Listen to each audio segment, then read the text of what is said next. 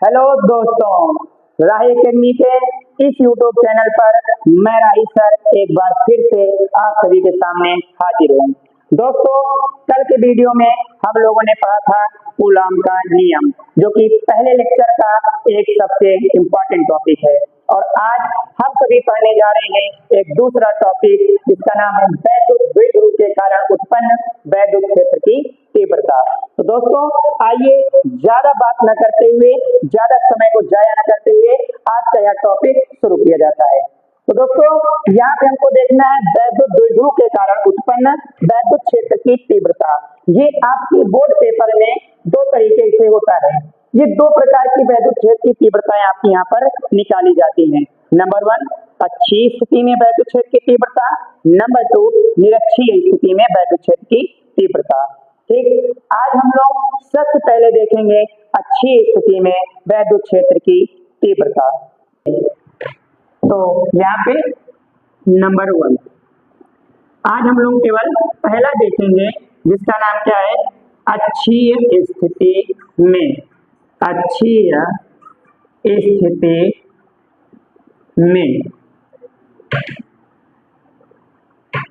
तो देखिए यहाँ पर अक्षीय स्थिति में क्या होता है। आप फिगर को थोड़ा बारीकी से समझिएगा। आप फिगर को थोड़ा बारीकी से देखिएगा। फिगर में यहाँ पर आपको क्या बताया जाएगा। हम सबसे पहले मान लेते हैं, बात किसी कर रहे हैं वैद्युत द्विध्रुव की। सारा चीज हेडिंग में ही छिपा हुआ है। किसकी बात कर रहे हैं? वैद्युत द्विध्रुव की। हम मान लेते हैं हमारे पास दो बिंदु है। तो वैद्युत द्विध्रुव मतलब विद्युत का दो ध्रुव जिसमें हो, विद्युत का दो ध्रुव जिसमें हो। ठीक है, हम मानते हैं कि हमारे पास दो ध्रुव है। एक ध्रुव हमारे पास क्या है, एक बिंदु क्या मान लेते हैं, बी। ठीक, जिसमें बिंदु ए पर आवेश माइनस क्यू कूलम का, बिंदु बी पर आवेश प्लस क्यू कूलम का स्थित है।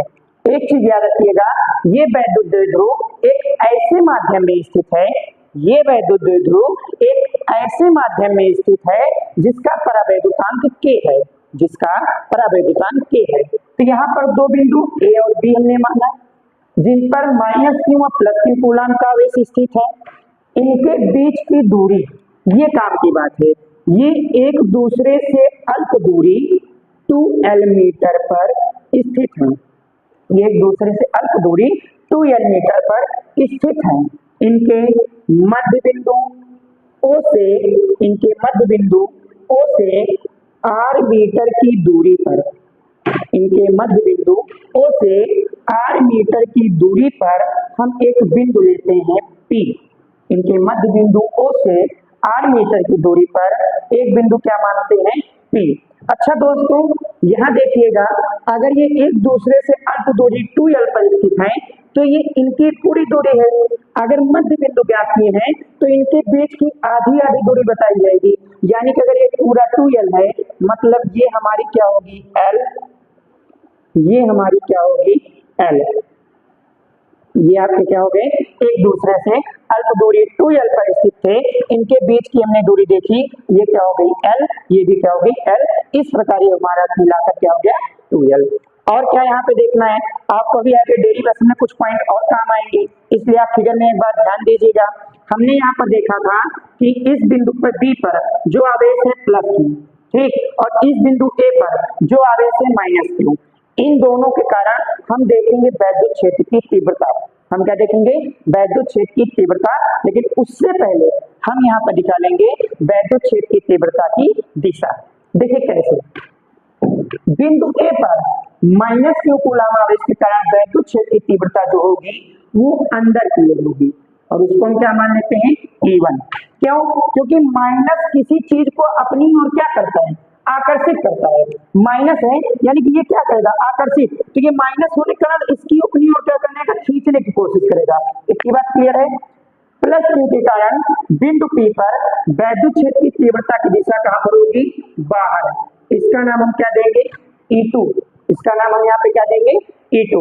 इतनी बात क्लियर हुई, ध्यान दीजिएगा एक बात। हमने क्या कहा, माइनस क्यू के कारण वैद्युत क्षेत्र की तीव्रता E1 की दिशा अंदर की ओर होगी, और ये हमारी ओर क्या करेगा, आकर्षित होगा। ठीक है, प्लस क्यू के कारण वैद्युत क्षेत्र की तीव्रता बाहर की ओर होगी, प्लस है रिफ्लेक्ट करेगा, प्लस है प्रतिकर्षित करेगा, इसको क्या करेगा, प्रतिकर्षित करेगा, ठीक है। और यहाँ पे आपको क्या ध्यान देना है, हमको और कुछ फिगर में काम आएगा, उसको देखते हैं। सबसे पहले यहाँ पर देखिएगा, हमको निकालना है बिंदु बी से पी तक के बीच की दूरी कितनी है। क्या निकालेंगे, बिंदु बी से, याद रखिएगा ये बिंदु बी है, ठीक। ये चीज जो ये रेंज को दर्शाती है कि नहीं, हमने एक लाइन खींचा, तीर बनाने जा रहे हैं, तो ये रेंज को दिखाती है। ये इसके बीच की हम क्या निकालेंगे, अभी दूरी निकालेंगे, कहां से कहां तक, बी से पी तक, कहां से कहां तक, बी से पी तक, क्लियर है, ठीक है। आगे चलते हैं, एक चीज बताइए, पूरी दूरी है आर, पूरी दूरी है आर, हमको निकालना केवल इतनी दूरी है। एक काम करें, जैसे कि हमारा हाथ मानिए यहाँ से यहाँ तक इतना लंबा हमारा हाथ है, लेकिन हमको चाहिए इतना, केवल हमारा ये हाथ पूरा यहाँ पे बता रहा है, इस चीज को ध्यान दीजिए, ये पूरा ओ से लेकर पी तक, ओ से लेकर पी तक ये पूरा हमारा हाथ है, ठीक। हमको चाहिए क्या, हमको बी से लेकर पी तक, हमको ये बीच वाले हिस्से से, ये जहां हमारी क्या होती है बोलता है, ये बीच वाले हिस्से से यहाँ तक की दूरी चाहिए। हम एक काम करें, अगर इस पूरे हाथ में से, इस पूरे हाथ में से इतने हाथ के हिस्से को काट के निकाल दो, इतने हाथ के हिस्से को क्या करें, माइनस कर दें, ये हिस्सा बचेगा। बात ये है, पूरे हाथ में से इतना हाथ को हम काट दें, निकाल दें या माइनस कर दें, इतना हाथ हमारा बचेगा, ठीक है। वही काम यहाँ पे करेंगे, पूरा हाथ यानी कि पूरी दूरी कितनी है आपके पास, आर, पूरी डिस्टेंस आपके पास कितनी है, आर, उसमें से हमको चाहिए ये, मतलब इस चीज को माइनस करना पड़ेगा, इस चीज का नाम कितना है, एल, यानी कि एल को हम यहाँ पे क्या कर दें, माइनस, एल को हम यहाँ पे क्या कर दें, माइनस। अच्छा, इतनी बात क्लियर हुई, हमने बी से पी तक के बीच की दूरी देख ली, फिगर को ही समझिए, सब चीज फिगर में छिपा हुआ है, ठीक। आगे देखते हैं, यहाँ देखिए बिंदु ए से लेकर पी तक के बीच की दूरी पूरी निकालते हैं अब की बार, कहां से, बिंदु ए से लेकर के पी तक के बीच की पूरी दूरी में यहाँ पे देखते हैं, ठीक। आपने बी से पी तक देख ली, अब देखिए ये दूरी कितनी है, आप समझिए, हमको पूरा यहां से यहां तक आना है, बात समझिएगा, यहां से यहां तक पूरा आना है, ठीक। पी से ओ तक आ गए, कहां तक आए हैं, पी से ओ तक, तो पी से ओ तक चलने में कितनी दूरी है, आर, और हमको इतनी दूरी और चलनी है ना। इमेजिन करिए कि इसी हाथ को लेते हैं, इस हाथ को यहाँ तक हमने लिया था, मान लीजिए हमको पूरे गले तक जाना है, ठीक। तो इतनी दूरी तो थी ना, गले वाली दूरी कौन नाप लिया जाए, अतः यहाँ से यहाँ तक की दूरी पता है आपको कितनी है, आर, इतनी दूरी और चाहिए, क्या करोगे, आर में अब की बार आप क्या करोगे, ऐड कर दोगे, तब की बार वो दूरी ज्यादा थी, आपने काट के निकाल दी, तब की बार चाहिए थी इतनी दूरी, ये ज्यादा थी, हटाओ इसको, निकल गया, ठीक। अब की बार इतनी पता थी, ये हमको चाहिए, इतनी पता थी, ये हमको चाहिए, इसको हमने जोड़ लिया, लाओ इसको, हटाओ यानी कि माइनस, लाओ यानी कि प्लस, जो चीजें दे रहे हो आप जा रही है, कम हो रही है, जो ले रहे हो आ रही है, प्लस हो रही है, ठीक है। आगे देखते हैं, अगर इतना किया आपने तो किसी भी डेरिवेशन में अगर आपका फिगर आया है तो उसके लिए आपको इंपॉर्टेंट है रचना, उसके लिए आपको क्या इंपॉर्टेंट है, रचना।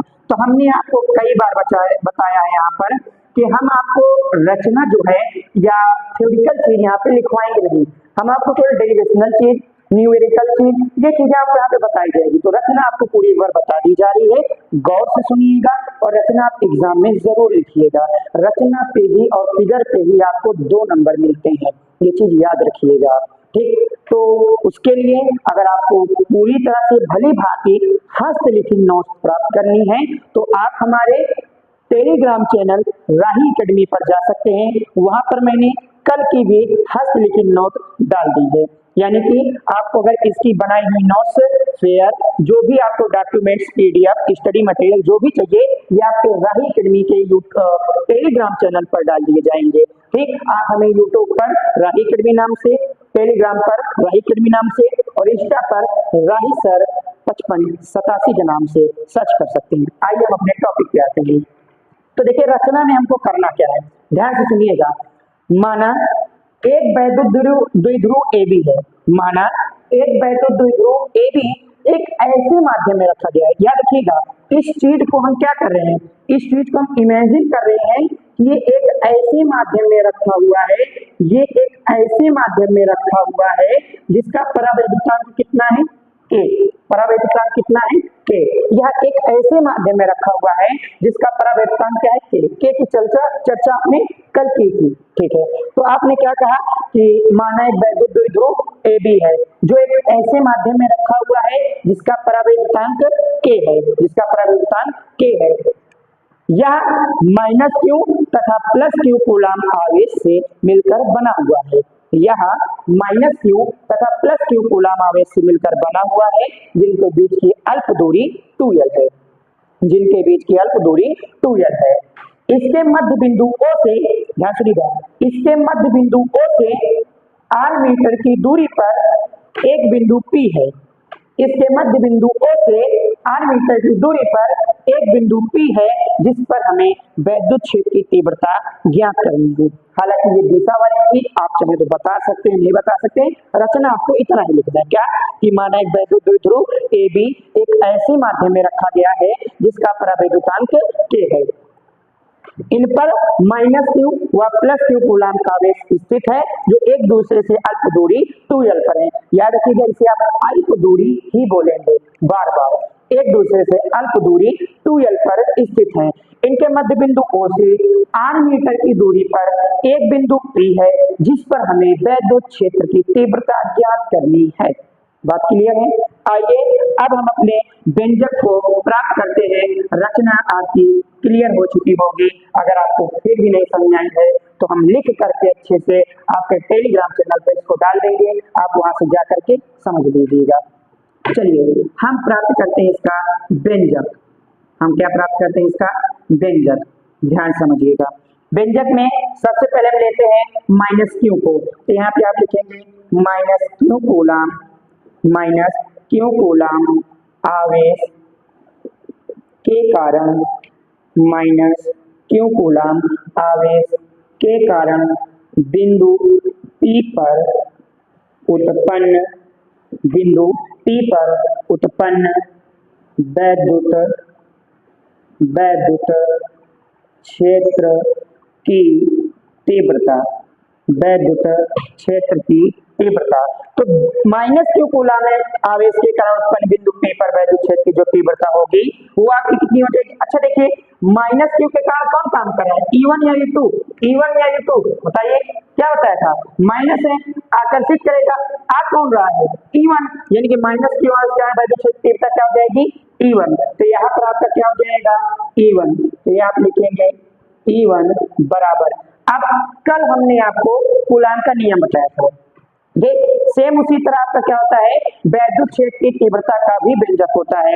याद रखिएगा, वैद्युत क्षेत्र की तीव्रता का जो व्यंजक होता है वो आपका कितना होता है?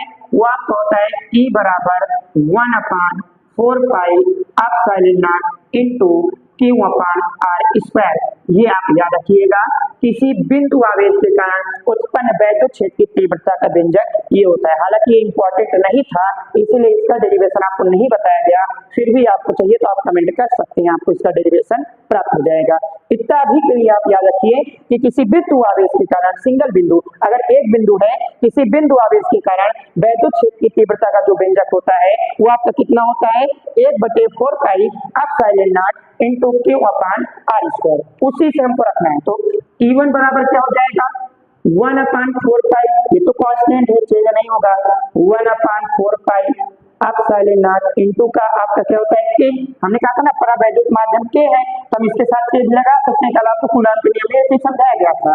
इनटू में कह रहा है Q, जरा बताइए कौन सा आवेश लिया है? -q, तो आवेश भी हम यहाँ पे क्या रखेंगे? -q बटे में r²। ये हुई ना समझने की बात, बटे में r²। अच्छा, r² अगर आपको यहाँ पर लगाना है तो आप ध्यान दीजिएगा कि अगर हम देखें -q से +q तक के, मतलब -q से लेकर के P तक के बीच की टोटल दूरी कितनी है? ध्यान दीजिए, -q से लेकर P तक की टोटल दूरी कितनी है? r+l। इसलिए यहाँ पर आप क्या रखेंगे? यहाँ पर रखेंगे r+l का होल स्क्वायर। क्या रखेंगे? r+l का होल स्क्वायर। इसको आप मानेंगे इक्वेशन नंबर फर्स्ट। इतना क्लियर? फिर वही चीज आप लिखेंगे, -q हो गया, अगला पकड़ते हैं +q। नेक्स्ट आपका क्या हो जाएगा? +q कूलाम आवेश के आवेश के कारण बिंदु P पर उत्पन्न वैद्युत क्षेत्र की तीव्रता। देखिए भैया, अब आपको क्या करना है, अब आपको प्लस क्यू कूलम आवेश के कारण बिंदु P पर उत्पन्न वैद्युत क्षेत्र की तीव्रता का व्यंजक निकालना है। सेम वही चीज।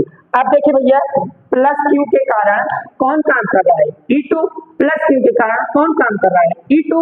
बाहर वही तो जा रहा है ना, प्रतिकर्षित करना होता है भैया। प्लस क्या करता है, प्रतिकर्षित करता है ना, तो प्रतिकर्षित कौन हो रहा है, बाहर कौन जा रहा है, E2। तो भैया प्लस के लिए क्या आ गया, E2। हाँ, इतना समझ में आ गया क्या, E2 बराबर कांस्टेंट चीज को हम लिखेंगे क्या, 1/4 पाई एप्सिलॉन नॉट इनटू में के। क्या हो जाएगा, 1/4 पाई एप्सिलॉन नॉट इनटू में के। अच्छा, कह रहा था आवेश, लेकिन हमको अब कौन सा आवेश लेना है, प्लस क्यू वाला। तो आवेश को आप यहाँ पे क्यों ही रहने दीजिए, प्लस लिखिए चाहे ना लिखिए, क्या दिक्कत है, ठीक है। कह रहा था आर स्क्वायर, वो क्या कहता है, बिंदु इतने बिंदु, जैसे हमने पहले सिंगल बिंदु क्यू के लिए निकाला माइनस, फिर सिंगल बिंदु प्लस के लिए निकाला, तो सिंगल आवेश ले लिए इसका। अच्छा, इसके हिसाब से आर क्या है, किसके लिए, प्लस के लिए। जरा देखिए तो, ये रहा प्लस, अब इसको जाना कहाँ तक है, पी तक, ये रहा पी। तो प्लस और पी के बीच में कौन आ रहा है भैया, आर माइनस एल, यानी यहाँ पे क्या हो जाएगा, आर माइनस एल का होल स्क्वायर। क्या होगा, आर माइनस एल का होल स्क्वायर। इसको आप मान लीजिए equation number second, equation number second. बहुत गर्मी है भैया, चलो आगे देखते हैं। यहाँ पे आपने क्या किया, यहाँ पे आपने निकाला सिंगल वैद्युत क्षेत्र की तीव्रता, यानी कि आपने क्या किया है, आपने E1 के कारण वैद्युत क्षेत्र की तीव्रता निकाली, E2 के कारण वैद्युत क्षेत्र की तीव्रता निकाली, लेकिन हमको करना क्या है, हमको बिंदु P पर एग्जैक्ट तीव्रता चाहिए ना, तो हम यहाँ पर निकालेंगे परिणामी तीव्रता। क्या निकालेंगे, परिणामी तीव्रता। आप लिखेंगे तब परिणामी तीव्रता। अच्छा, एक चीज आपको यहाँ पे क्लियर कर दिया जाए कि फिजिक्स में शब्दों का अलग अर्थ होता है। फिजिक्स में परिणामी शब्द को ज्यादातर योग के लिए इस्तेमाल किया जाता है। फिजिक्स में परिणामी को हम योग की तरह इस्तेमाल करते हैं। उसके बाद आप एक चीज यहाँ पे और याद रखिएगा, अगर हम यहाँ पर सोचे और थोड़ा समझें, E1 का मान अगर हम कुछ भी निकालेंगे तो माइनस में आएगा कि नहीं आएगा, क्यों, क्योंकि ये माइनस है, आएगा ना। मान लीजिए इन सबके डाटा हम यहाँ पे रखें, लेकिन ये माइनस तो आपका बाहर रहेगा नहीं रहेगा, मतलब E1 का मान जो भी आएगा वो क्या आएगा, माइनस में, ठीक है। E2 का मान जो भी आएगा वो किस में आएगा, प्लस में, ठीक है। तो ये बताइए बड़ा कौन छोटा कौन, बड़ा कौन छोटा कौन, माइनस में आ रहा है E1, प्लस में आ रहा है E2। प्लस वाली संख्या बड़ी होती है माइनस वाली, प्लस वाली बड़ी होती है ना, तो प्लस वाला कौन है E2, माइनस वाला कौन है E1। यानी कि आप यहाँ पे कहोगे क्या, आपको परिणामी तीव्रता निकाले ना, आप इनको यहाँ पर एक पॉइंट कह सकते हो कि चूंकि, याद रखिएगा समझने लायक पॉइंट है, ये जो आपका E2 है ना, ये बड़ा है किससे, E1 से। ये जो आपका E2 है ये बड़ा है किससे, E1 से। तो यहाँ पर हम आगे देखेंगे तो परिणामी तीव्रता को हम केवल और केवल यहाँ पे क्या मान लेंगे, E। क्या मान लेंगे, E। और E बराबर हमारा क्या हो जाएगा, E2 प्लस का E1। क्या जाएगा, E2 प्लस का E1। देखिए कुछ लोग करते क्या है, यहाँ पे माइनस का इस्तेमाल नहीं करते हैं, आप भी ना कीजिए ना करना हो तो, लेकिन यहाँ जब माइनस का इस्तेमाल आप नहीं करेंगे ना, तो यहाँ पर परिणामी तीव्रता को आप योग में नहीं करेंगे। क्यों, क्योंकि ये बड़ा ये छोटा, परिणामी के लिए आपको बड़े में से छोटे वाला घटाना पड़ेगा। तो चाहे तो आप यहाँ पे माइनस का इस्तेमाल ना भी कीजिए तो भी सही है, और अगर आपको माइनस का इस्तेमाल करना है तो आप सही सही परिणामी शब्द का इस्तेमाल कर पाएंगे, क्योंकि परिणामी को हमारे नजरिए में हमारे हिसाब से इसका मतलब योग ही होता है। अब यहाँ पे हम चलते हैं, E2 और E1 की वैल्यू रखते हैं, तो यहाँ पे हमारा क्या हो जाएगा, E बराबर E2, E2 की वैल्यू कितनी है, 1/4 पाई एप्सिलॉन नॉट इनटू के, इनटू में कितना दिया गया है, Q अपान में R क्या है, माइनस L का होल स्क्वायर। सूत्र का प्लस, एक बार लिख लेते हैं, सूत्र का प्लस, ठीक है। उसके बाद E1 का मान आपको कितना दिया गया, 1/4 पाई एप्सिलॉन नॉट इनटू के, इनटू में क्या दे रहा है, माइनस का Q अपान में कितना हो जाएगा आपका R प्लस L का स्क्वायर। ठीक, एक बार थोड़ा और लिख देते हैं, दिखाई देगा आपको यहाँ पर कितना हो जाएगा आपका E बराबर, अगर हम आप ध्यान से देखें तो देखिए क्यों एक 4 पाई एप्सिलॉन नॉट के, क्यों एक 4 पाई एप्सिलॉन नॉट के, दोनों में है। और जो चीजें हमको बार बार दोनों मिल रही हैं उनको हम एक बार क्या कर लेते हैं बाहर, ठीक है। तो यहाँ पे हम क्या करें, क्यू को बटे में 4 पाई एप्सिलॉन नॉट इंटू के को बाहर निकाल लेते हैं। किसको किसको, क्यू और 4 पाई एप्सिलॉन नॉट के को। तो यहाँ पर हमारे पास बचेगा क्या, 1 अपान आर माइनस एल का होल स्क्वायर प्लस माइनस क्या हो जाएगा माइनस, यहाँ क्या बचेगा 1 अपान आर प्लस एल का होल स्क्वायर ब्रैकेट बंद। क्या किया हमने Q upon 4 pi epsilon not के और Q upon 4 pi epsilon not के बाहर निकाला, यहाँ 1 अपान आर माइनस एल का होल स्क्वायर बचा, यहाँ 1 अपान आर प्लस एल का होल स्क्वायर बचा। इतना क्लियर है। आगे इसको देखते हैं, आगे यहाँ पर देखते हैं क्या होता है। चलिए आगे देखते हैं, ये इसका हिस्सा नहीं है, ये आपको इस्तेमाल किया गया तो इसे लिखा गया। आगे देखेंगे तो यहाँ पर हमारा क्या हो जाएगा, ये हो जाएगा ई बराबर 1 अपान 4 पाई एप्सिलॉन नॉट इंटू में ब्रैकेट क्या हो जाएगा, अंदर बचा कितना है, अंदर बचा है 1 अपान आर माइनस एल का square 1 upon r plus l का स्क्वायर। एक काम कीजिए, इसका इसमें गुणा इसका इसमें गुणा कर सकते हैं जी, बिल्कुल कर सकते हैं। तो यहाँ पे क्या हो जाएगा, आर प्लस एल का मल्टीप्लाई आप इसमें करेंगे तो देखिएगा यहाँ पे क्या हो जाएगा आपका आर प्लस एल का होल स्क्वायर माइनस ये चीज को हम इधर ले जाएंगे, इस चीज को इधर लाएंगे, क्या हो जाएगा आर माइनस एल का स्क्वायर और बटे में आपका क्या हो जाएगा, बटे में देखो इसका गुणा इसमें इसका गुणा इसमें, इन दोनों का क्या हो जाएगा आपस में मल्टीप्लाई। तो इसको हम लिख सकते हैं आर माइनस एल का स्क्वायर और इंटू में आर प्लस एल का स्क्वायर। इतना क्लियर है। अब देखिए यहाँ पे हम 2-3 फार्मूले का इस्तेमाल करेंगे, वो भी आपको बता दिया जा रहा है। देखिए चूंकि आप तो इतना बहुत अच्छे से पढ़े हैं कि अगर a प्लस बी का होल स्क्वायर है तो उसको लिख सकते हैं a square plus b square plus 2ab, ये चीज हम पहले में लगाएंगे। और आप क्या पढ़ेंगे, आप पढ़ेंगे यदि a माइनस बी का होल स्क्वायर है तो इसको लिख सकते हैं a square plus b square minus 2ab। Clear है। फिर आप इसके लिए क्या पढ़ेंगे, आप ये तो नहीं पढ़े लेकिन आप कुछ पढ़ेंगे, क्या पढ़ेंगे, यदि एक ब्रैकेट में a माइनस बी और यदि एक ब्रैकेट में a प्लस बी तो इसको हम क्या लिख सकते हैं a square minus b square. ठीक, इतनी बात क्लियर है। तो आगे चलते हैं। चलो यहाँ पे आपका क्या हो जाएगा, e बराबर 1 अपान 4 पाई एप्सिलॉन नॉट इंटू में के और इंटू में यहाँ पर आपका क्या हो जाएगा, यहाँ पे हम इसको सॉल्व करेंगे भैया, तो a प्लस बी का होल स्क्वायर लगाएंगे, क्या हो जाएगा a स्क्वायर यानी कि r का स्क्वायर प्लस l का स्क्वायर प्लस 2ab यानी कि 2rl माइनस, तो यहाँ पे आगे माइनस आ जाए, किसी भी चीज में आगे माइनस हो ब्रैकेट वाली चीज को पहले फिर से ब्रैकेट में ही रहने दो। इसको सॉल्व करेंगे क्या होगा r स्क्वायर यानी कि a माइनस बी, तो a square plus b square, लेकिन इसमें क्या चलता है माइनस 2ab, ये हमारा ऊपर का हो गया। ठीक है, नीचे वाला क्या है, अच्छा देखो भैया गौर से समझना है, यहाँ पर नीचे वाला दिया गया आर माइनस एल का whole square r plus l का होल स्क्वायर, लेकिन हम पढ़े क्या है a minus b a plus b, ना कि यहाँ पे स्क्वायर। अच्छा अभी हम इमेजिन करते हैं कि यहाँ पर स्क्वायर नहीं है, हम सोच रहे हैं यहाँ पर स्क्वायर नहीं है, तो क्या बचा r minus l r plus l. अब आप पढ़ो r minus l r plus l, तो क्या लिख सकते हैं r square minus l square लिख सकते हैं ना, तो इसको हम क्या लिखेंगे r square minus l square, क्या लिखेंगे r square minus l square, लेकिन यहाँ स्क्वायर था। एक काम करें, अगर यहाँ हम स्क्वायर लगा दें तो क्या हम इसका होल स्क्वायर नहीं कर सकते, गोले में ही स्क्वायर को कॉमन ले सकते हो आप, तो यहाँ पर भी क्या हो जाएगा होल स्क्वायर। इतनी बात क्लियर है। आगे चलते हैं, आगे हमारा क्या हो जाएगा e बराबर 1 अपान 4 पाई एप्सिलॉन नॉट इंटू में के इंटू में कितना हो जाएगा आपका यहाँ पे r square plus l square plus 2rl, ये हो जाएगा। उसके बाद आपका माइनस अंदर जाएगा तो माइनस का आर स्क्वायर माइनस का L square minus minus plus, तो प्लस क्या हो जाएगा आपका 2rl। इतना क्लियर है। नीचे वाला भी आप इसको लिखे रहेंगे ऐसे, क्या हो जाएगा r square minus l square का होल स्क्वायर, कितना हो जाएगा r square minus l square का होल स्क्वायर। ठीक है, आगे देखते हैं, आगे हमारा क्या हो जाएगा e बराबर 1 अपान 4 पाई एप्सिलॉन नॉट इंटू में के इंटू में ब्रैकेट, यहाँ पे देखिए आर स्क्वायर प्लस का है, वह समझिएगा सेम प्रॉपर्टी प्लस माइनस में क्या होती है कैंसिल आउट। बहुत गर्मी है भैया, कम से कम पसीना को देख के वीडियो को सब्सक्राइब करके जाना, लाइक करके जाना। यहाँ पर आर स्क्वायर प्लस का आर स्क्वायर माइनस का एल स्क्वायर प्लस का एल स्क्वायर माइनस का, बचा क्या हमारे पास आर 2RL टोटल कितना हो जाएगा। अच्छा 2RL लिखना चाहें तो क्या आप ऐसे लिख सकते हैं, क्या इसको हम लिखना चाहिए, लिख सकते हैं 2 इंटू 2RL, क्योंकि 2RL कितनी बार है, 2 बार है। 2RL कितनी बार था, 2 बार, तो हमने 2 बार लेके इसके आगे क्या लगा दिया, 2 लगा दिया।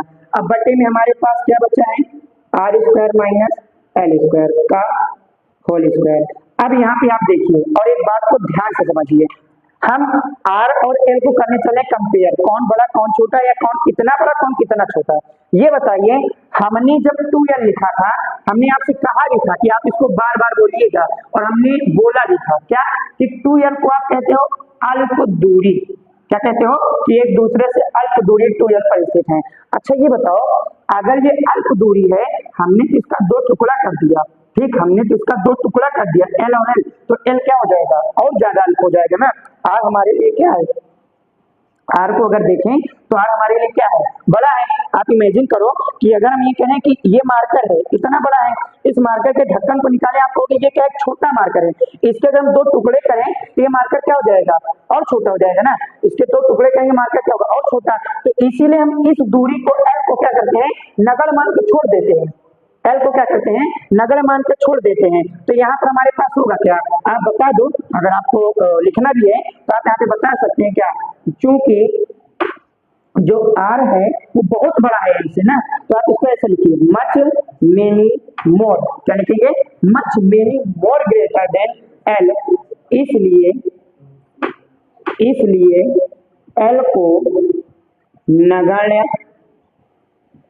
मानकर छोड़ने पर, क्या कहेंगे, इसलिए L को नगण्य मानकर छोड़ने पर हम मान लेते हैं अब हमारे पास L नहीं है। याद रखिएगा ये L, इसको नगण्य मान रहे हैं, ठीक है ना, इसको आप रिप्लेस नहीं करेंगे, अभी आपको बताया जा रहा है क्यों, ठीक। और एक चीज यहीं पे याद रखिएगा, हम यही पे बता दे रहे हैं, ठीक। सॉरी यहाँ पे कुछ गलती हो गई है, आपको यहाँ पे क्या लिखा गया था, क्यों लिखा गया था ना, हमने क्यों रिपीट नहीं किया, ये देखिए हमने 1 लिख दिया था, यहाँ पे गलती थी थोड़ा, ये आपका क्या रहेगा, क्यों रहेगा, ये क्या रहेगा, क्यों, ठीक। अब आगे चलते हैं, यहाँ पे आपको क्या हो जाएगा, E बराबर, अब इसको हम थोड़ा सेट करेंगे कैसे, 1/4 पाई एप्सिलॉन नॉट इनटू में R को हम इस 2 के साथ ले लें, कोई दिक्कत तो है नहीं, भैया गुणे में है, आगे पीछे का जो कि पहाड़ को टूटेगा नहीं, तो ये क्या हो जाएगा 2R इंटू, यहाँ पर एक काम करते हैं कि इस Q को इसके साथ भेज देते हैं, तो इसके साथ भेजेंगे क्या हो जाएगा 2QL, ये जो Q था इस L के पास चला गया, R को इसके पास भेज दिया, क्या हो गया 2QL, लिखा हमने वही चीज है, 2 अब भी है, बस 2 के पास कौन आ गया R, ठीक, L और 2 अब भी है, बस उसके बीच में कौन आ गया, क्यों। ऐसा क्यों कर रहे हैं वो भी आपको बता रहे हैं, बटे में। अच्छा हमने और क्या किया था, L को नगण्य मान के छोड़ा था, L तो चला गया भैया, बच्चा को R स्क्वायर, तो यहाँ पे आप देखोगे R स्क्वायर, इसके ऊपर भी क्या है होल स्क्वायर, इसको मत भूलिएगा, होल स्क्वायर यहाँ पे है, ठीक। तो यहाँ पे आप इनको एक चीज और बताएंगे क्या, चूंकि आप अगर पीछे इसको अच्छे से पढ़े होंगे, हालांकि हम यहाँ पे आपको इंपॉर्टेंट बता रहे हैं, लेकिन साथ ही साथ जिस चीज की कमी रहेगी आपको यहाँ पर बताया जाएगा, ठीक। एक चीज यहाँ पे याद रखिएगा, जो 2QL होता है ये आपके किसके बराबर होता है, 2QL वैद्युत द्विध्रुव आघूर्ण P के बराबर होता है, 2QL वैद्युत द्विध्रुव आघूर्ण P के बराबर होता है, P क्या होता है आपका, वैद्युत द्विध्रुव आघूर्ण होता है। तो इसको हम रिप्लेस कर सकते हैं, जी बिल्कुल कर सकते हैं, क्या बचेगा हमारे पास, E बराबर 1/4 पाई एप्सिलॉन नॉट इनटू में हमारे पास क्या बचा हुआ था K, इनटू में हमारे पास क्या बचा हुआ था K, तो यहाँ पे हमारे पास क्या बचा K, ठीक, और इनटू में ऊपर क्या बचा है 2R, इनटू में 2QL को रिप्लेस करना है किससे, P से, क्या बचा P, यहाँ पे क्या बचेगा आपका P, और बटे में R स्क्वायर का होल स्क्वायर कितना हो जाएगा, R की पावर 4, R स्क्वायर का होल स्क्वायर कितना हो जाएगा, R की पावर 4। और क्या कर सकते हैं, साफ साफ दिख रहा है, यहाँ पे क्या करोगे, R को एक R से आप कैंसिल आउट करोगे तो आपको यहाँ पर मिलेगा कितना, ध्यान देखिए, यहाँ पे आपको मिलेगा E बराबर 1/4 पाई एप्सिलॉन नॉट इनटू में के, इनटू में ऊपर क्या बचा, R तो कैंसिल हो गया ना, यहाँ बचा 2P और बटे में R क्यूब। ये होती है अच्छी स्थिति में वैद्युत क्षेत्र की तीव्रता का व्यंजक। ये क्या होता है, अच्छी स्थिति में वैद्युत क्षेत्र की तीव्रता का व्यंजक। ये आपका किसके लिए था, परावैद्युत माध्यम के लिए। कल हमने बताया था ना कि आपका क्या होता है, कि आपका क्या होता है, कल हमने बताया था भैया, ध्यान दीजिएगा, के को क्या बताए थे, परावैद्युतांक। क्या बताए थे, परावैद्युतांक। ये परावैद्युत माध्यम है। यदि आपको कोई पूछे यही व्यंजक हमको निर्वात या वायु के लिए बताइए, तो यहाँ पे आप लिखेंगे एक लाइन, थोड़ा लिखेंगे यहाँ पर आप एक लाइन लिखेंगे, निर्वात या वायु के लिए। कूलाम्ब नियम में कल हमने आपको अच्छे समझाया था, निर्वात या वायु के लिए के का मान कितना रख दिया जाता है, 1। निर्वात या वायु के लिए के का मान आप क्या रखते हो, 1। तो अगर के का मान यहाँ 1 रख देंगे तो हमको मिलेगा क्या, E बराबर 1/4 पाई एप्सिलॉन नॉट। के का मान 1 रखोगे कोई फर्क पड़ेगा नहीं, इनटू में ऊपर क्या हो जाएगा 2p अपान में क्या हो जाएगा r³। ये आपका क्या होता है भैया, ये आपका होता है, यहाँ पर देखिएगा, ये चीज आपको जो अभी बताई गई, ये आपका क्या होता है, ये आपका आता है अच्छी स्थिति में वैद्युत क्षेत्र की तीव्रता का व्यंजक। कितना होता है, ये आपका होता है E बराबर 1/4 पाई एप्सिलॉन नॉट इनटू में 2p अपान r³। ठीक, तो इसके पहले हमने जो निकाला था ये आपका परावैद्युत माध्यम के लिए आया था, ये चीज अब की बार जो हम निकाले हैं ये निर्वात या वायु के लिए आया है। ठीक, एक चीज और याद रखिएगा, इसमें आपको आगे चल के संबंध पूछा जाता है बहुविकल्पी में कि अच्छी स्थिति में निर्वात की वैद्युत क्षेत्र की तीव्रता पर वैद्युत द्विध्रुव आघूर्ण और उसके दूरी के पर क्या प्रभाव पड़ता है। तो इसी चीज को हम आगे यहाँ पर आपको समझाने का प्रयास कर रहे हैं। आगे देखिएगा, आगे आपका क्या हो जाएगा, हम अगर एक काम करें, E बराबर, छोड़ो बराबर भी ना लगाओ, आप पहले बात को समझो। आपने कूलाम्ब के नियम में देखा होगा कि 1/4 पाई एप्सिलॉन नॉट को आप कांस्टेंट वैल्यू मानते हो, नियतांक। और ये चीज आपको बहुत पता है कि जो चीज कांस्टेंट होती है वो प्रोपोर्शनल के चिन्ह को हटाने के बाद आती थी, प्रोपोर्शनल चिन्ह हटाने के बाद आती थी। तो अगर हम इस नियतांक को हटाएंगे तो हमारे पास एक प्रोपोर्शनल आ जाएगा, तो हम इसको लिख सकते हैं कि E जो होगा वो डायरेक्टली प्रोपोर्शनल हो जाएगा 2p अपान में r³।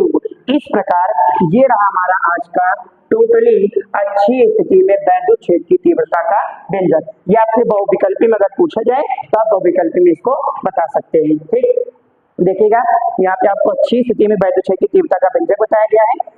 वैसे तो आपको भली भांति जितना आराम से बताना था आराम से बताया गया, हालांकि जितना लंबा ये वीडियो बना है उतना लंबा ये टॉपिक है नहीं, लेकिन आपको छोटी छोटी चीजें थी, जैसे बेसिक से फार्मूले हो गए, क्या कैसे होता है, ठीक, या किस चीज को किस नाम के लिए इस्तेमाल किया जाता है, बेसिक बेसिक चीजें बताने में आपके लिए इतना टाइम गया है। इसलिए यहाँ पर हम ज्यादा थ्योरिकल चीज का इस्तेमाल नहीं करते, क्योंकि थ्योरी लिखने के समय में हम आपको क्या कर सकते हैं, क्योंकि कुछ बच्चे होते हैं उनका बेसिक कमजोर होता है, चीजें समझ जाते हैं परंतु अंदर थोड़ा कुछ कमजोरी होती है जो नहीं कर पाते, तो आपको बेसिक चीज यहाँ पर बताई गई है। एक बार फिर से, यदि आपको इस पूरे टॉपिक का हस्तलिखित नोट चाहिए तो आप हमें टेलीग्राम चैनल राही अकेडमी पर फॉलो कर सकते हैं। वहां पे जाके हमें आप ज्वाइन कीजिए, आप सर्च करेंगे राही अकेडमी, आपको सबसे पहले वो चैनल प्राप्त हो जाएगा।